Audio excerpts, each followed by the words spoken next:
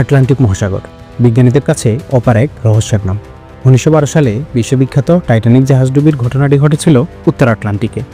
এছাড়াও বিভিন্ন রহস্যময় ঘটনা ও বিমান দুর্ঘটনার কারণে এই মহাসাগরটি সবসময় রয়েছে আলোচনার কেন্দ্রবিন্দুতে। এটি পৃথিবীর দ্বিতীয় বৃহত্তম মহাসাগর। শুনতে অবাক লাগলেও এই মহাসাগরটি পৃথিবী পৃষ্ঠে প্রায় 1/5 এবং পৃথিবীর মোট জলভাগের প্রায় 29 ভাগ এলাকা জুড়ে বিস্তৃত। আটলান্টিক মহাসাগরের আকৃতি ইংরেজি এস অক্ষরের মতো। ইউরোপিয়ান মতাদর্শকদের মতে পুরাতন পৃথিবী থেকে নতুন পৃথিবীকে পৃথককারী মাধ্যম হল এই মহাসাগর। এই মহাসাগরের পশ্চিমে উত্তর ও দক্ষিণ আমেরিকা মহাদেশ এবং পূর্বে ইউরোপ ও আফ্রিকা মহাদেশ অবস্থিত। মহাসাগরটি উত্তর দক্ষিণে উত্তর মহাসাগর থেকে দক্ষিণ মহাসাগর পর্যন্ত বিস্তৃত। আটলান্টিক মহাসাগর ডেনমার্ক প্রণালী, গ্রিনল্যান্ড সাগর, নরওয়েজিয়ান সাগর ও প্যারেন্ট সাগর মধ্য দিয়ে আর্কটিক মহাসাগরের সাথে সংযুক্ত হয়েছে। দক্ষিণ আমেরিকার কেপ হর্নের কাছে আটলান্টিক মহাসাগর প্রশান্ত মহাসাগরের সাথে মিলিত হয়েছে এবং আফ্রিকার দক্ষিণে কেপ আগুলহাসের কাছে আটলান্টিক মহাসাগর মিশেছে ভারত মহাসাগরের সাথে। এই মহাসাগরটি আমেরিকাকে ইউরেশিয়া এবং আফ্রিকা থেকে বিভক্ত করেছে। পৃথিবীর প্রায় 5 ভাগের 1 ভাগ এলাকা জুড়ে অবস্থিত আটলান্টিক মহাসাগরের আয়তন 10,64,60,000 বর্গ কিলোমিটার। এর মধ্যে উত্তর আটলান্টিকে 4,14,90,000 বর্গ কিলোমিটার আর দক্ষিণে 4,02,70,000 বর্গ কিলোমিটার। প্রান্তিক সমুদ্র সহ এই মহাসাগরের উপকূলের দৈর্ঘ্য 1,11,866 কিলোমিটার।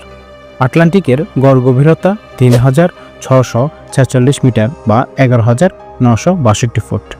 পুয়ের্তো রিকো ট্রেন্স হচ্ছে এই মহাসাগরের সবচেয়ে গভীরতম এলাকা, যা পরিচিত মিলওয়াকি দ্বীপ নামে। এর গভীরতা 8,376 মিটার বা 27,480 ফুট। প্রতিধ্বনি প্রযুক্তির সাহায্যে এক ব্রিটিশ নাবিক সর্বপ্রথম এর গভীরতা নির্ণয় করেছিলেন। এই মহাসাগরে বিদ্যমান মোট পানির পরিমাণ 31,04,10,900 ঘন কিলোমিটার। আটলান্টিক মহাসাগর পৃথিবী পৃষ্ঠের মোট জনরাশির প্রায় 29% অঞ্চল জুড়ে বিস্তৃত। বিশ্বের সবচেয়ে বিপজ্জনক জলরাশির তালিকায় দ্বিতীয় স্থানে রয়েছে আটলান্টিকের নাম।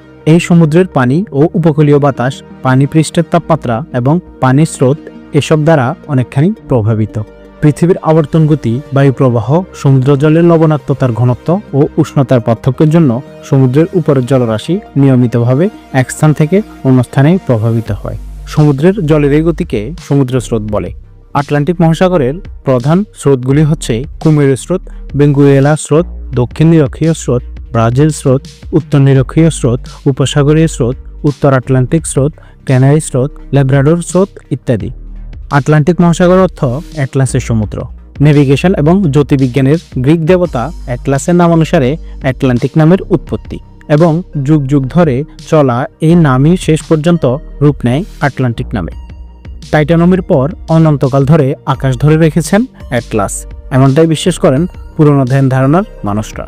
19 শতকের মাঝামাঝি পর্যন্ত দক্ষিণ আটলান্টিককে বলা হতো ইথিওপিয়ান মহাসাগর, আর এই শব্দটির জন্ম প্রাচীন ইথিওপিয়া থেকে।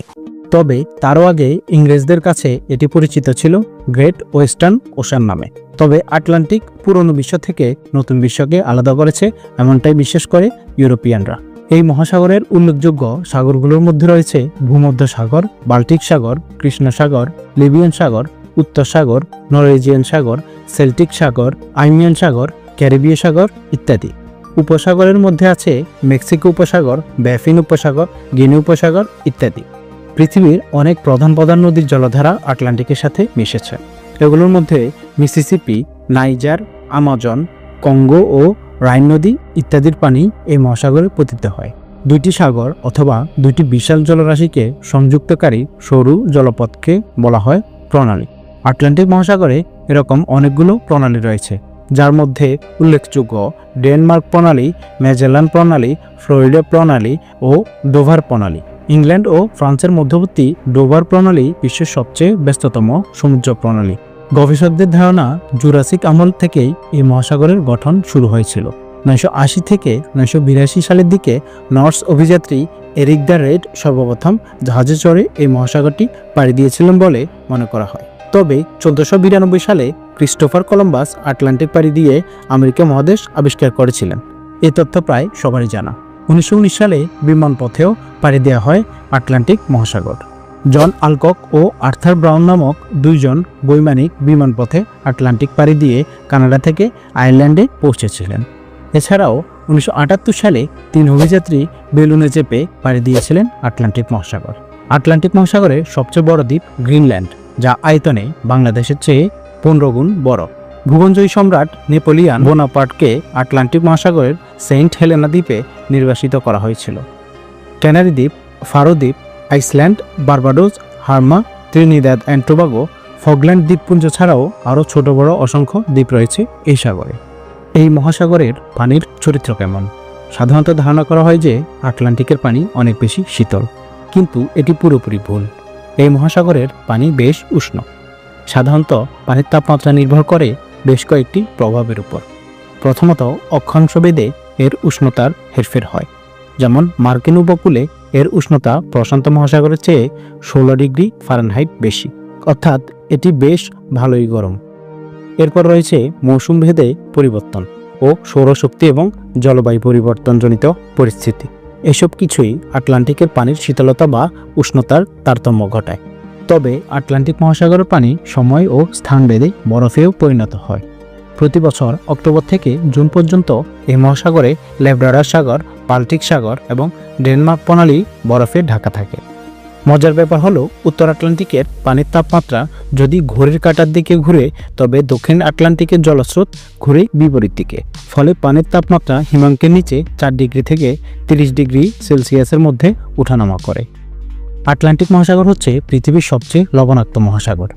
এর উন্মুক্ত পৃষ্ঠের পানির লবণাক্ততা অক্ষাংশ ও ঋতুভেদে 3.3 থেকে 3.7% পর্যন্ত হয়ে থাকে। তাপমাত্রার মতো লবণাক্ততাও নির্ভর করে অক্ষাংশ ও মৌসুমের উপর, অর্থাৎ জায়গাভেদে এর লবণাক্ততার পরিমাণও কম বেশি হয়। এছাড়াও পানি লবণাক্ততার মানকে বাষ্পীভবন, বৃষ্টিপাত, নদীর প্রবাহ এবং সমুদ্রের বরফ গলন ইত্যাদিও প্রভাবিত করে। ভারী ক্রান্তি ও বৃষ্টিপাতের কারণে নিরক্ষীয় অঞ্চলের ঠিক উত্তর দিকে সাধারণত পানির লবণাক্ততার মান কম হয়, আর উপকূল বরাবর নদীর অববাহিকায় লবণাক্ততার মান বেশি থাকে। আটলান্টিকের পানির রং অন্য মহাসাগরের পানির চেয়ে একেবারেই ভিন্ন। অন্যান্য মহাসাগরের পানির রং নীলভ হলেও আটলান্টিকের পানি দেখতে অনেকটাই সবুজ রঙা। আমেরিকার পূর্ব উপকূলীয় এলাকার পানির রং দেখতে সবুজ রঙের, আর এর কারণও আছে। এই পানিতে প্রচুর পরিমাণে শ্যাওলা ও উদ্ভিদের উপস্থিতি রয়েছে। আটলান্টিক মহাসাগরের কিছু কিছু স্থানে সমুদ্রের মৃত উদ্ভিদ থেকে নিঃসৃত এক প্রকার রঞ্জক পদার্থের কারণে পানির রং সবুজ দেখা যায়। আটলান্টিক মহাসাগরের তলদেশের কিছু কিছু জায়গার পরিবেশ বেশ বৈচিত্র্যময় এবং রয়েছে সমৃদ্ধ ইকোসিস্টেম। সেখানে রয়েছে নানা রকমের কোরাল ও স্পঞ্জ সহ বিচিত্র সব প্রাণী। অ্যাটলাস নামক একটি প্রকল্পের অধীনে ব্রিটিশ বিজ্ঞানীদের নেতৃত্বে এই মহাসাগরের রহস্য উন্মোচনে চেষ্টা চলছে। তার সাথে কাজ করছে উত্তর আমেরিকা ও ইউরোপের আরও 24টি প্রতিষ্ঠান। তবে আটলান্টিক মহাসাগরে বেশি পরিমাণে জাহাজ চলাচলের কারণে এর পানিতে বিপুল পরিমাণ রাসায়নিক দ্রব্য মিশছে, যা জলজ প্রাণী ও উদ্ভিদগুলোর জন্য দিন দিন মারাত্মক হুমকি হয়ে উঠছে। জীববৈচিত্র্যের মতো মৎস্য সম্পদের বিশাল ভাণ্ডার রয়েছে এই মহাসাগরে। মৎস্য সম্পদের প্রাচুর্যতার দিক থেকে এই মহাসাগরের অবস্থান দ্বিতীয়। পৃথিবীর মোট মাছের প্রায় 25% আটলান্টিক মহাসাগর থেকে আসে। সবচেয়ে বেশি মাছ পাওয়া যায় গ্র্যান্ড প্যাস, স্কটিশ শেল, জর্জেস পা সহ আশপাশের জলরাশি, ফান্ডি উপসাগর এবং উত্তর সাগরের টগার ব্যাংক সহ বেশ কয়েকটি স্থানে। তবে জলবায়ু পরিবর্তন সহ নানা কারণে 1950 সালের পর থেকে এই মৎস্য ভাণ্ডারগুলোতে উল্লেখযোগ্য পরিবর্তন এসেছে। সারা বিশ্বে 3 ভাগে বিভক্ত এই মৎস্য ভাণ্ডারের 2টির অবস্থানই এই আটলান্টিকে। বাকি একটি ভাণ্ডারের অবস্থান ভারত ও পশ্চিম প্রশান্ত মহাসাগরে। আটলান্টিক তীরবর্তী দেশগুলোর উন্নয়ন ও অর্থনীতিতে এই মহাসাগর গুরুত্বপূর্ণ অবদান রেখে চলেছে। National oceanic and atmospheric administration এর অভিযানে আটলান্টিক মহাসাগরের নিচে মাইল 2 এলাকা জুড়ে প্রায় 2 লাখ টন সোনার সন্ধান পাওয়া গেছে। অভিযাত্রী দল ধারণা করেছিল প্রায় 3 লাখ টন সোনা থাকতে পারে আটলান্টিকের নিচে। তবে এই সোনা পানির নিচ থেকে উত্তোলন করে সঠিক ব্যবহারের উপায় এখনো পর্যন্ত আবিষ্কার করা হয়নি। পাশাপাশি প্রাকৃতিক গ্যাস, অপরিশোধিত তেল, মূল্যবান পাথরের বিশাল ভাণ্ডার এই আটলান্টিক মহাসাগর। পর্যটন শিল্পের বিকাশেও এই মহাসাগরে রয়েছে বিশেষ ভূমিকা। আটলান্টিকের সৌন্দর্যকে ভিত্তি করে ক্যারিবিয়ান উপকূল, ফ্লোরিডা বিচ এবং মিয়ামি বিচে লাভজনক পর্যটন শিল্পের বিকাশ ঘটেছে। আটলান্টিক মহাসাগরের মধ্যে ক্যানারি দ্বীপপুঞ্জের অন্যতম লাঞ্জারুতের উপকূলের কাছে সাগরতলে প্রথম জাদুঘর স্থাপন করেন স্পেন। সাগরের 15 মিটার নিচে এমন পদার্থ দিয়ে 300টি ভাস্কর্য স্থাপন করা হয়েছে যাতে সাগরের জীববৈচিত্র্য ক্ষতিগ্রস্ত না হয়। ধারণা করা হচ্ছে এই ভাস্কর্যগুলো প্রায় 300 বছর টিকবে। এগুলো তৈরি করেছেন জেসন ডি কেরিস নামে একজন শিল্পী। অ্যাডভেঞ্চার প্রিয় পর্যটকদের জন্য এ এক অনন্য সৃষ্টি। তবে জাদুঘরটি দেখতে হলে অক্সিজেনের টিউব সহ ডুবুরির পোশাক পরে সাগর নিচে ডুব দিতে হবে। পৃথিবীর রহস্যপুরী হিসেবে খ্যাত বারমুডা ট্রায়াঙ্গেলের নাম শুনেননি এমন মানুষ খুঁজে পাওয়া দুষ্কর। এটিও আটলান্টিক মহাসাগরের অন্তর্ভুক্ত একটি বিশেষ অঞ্চল।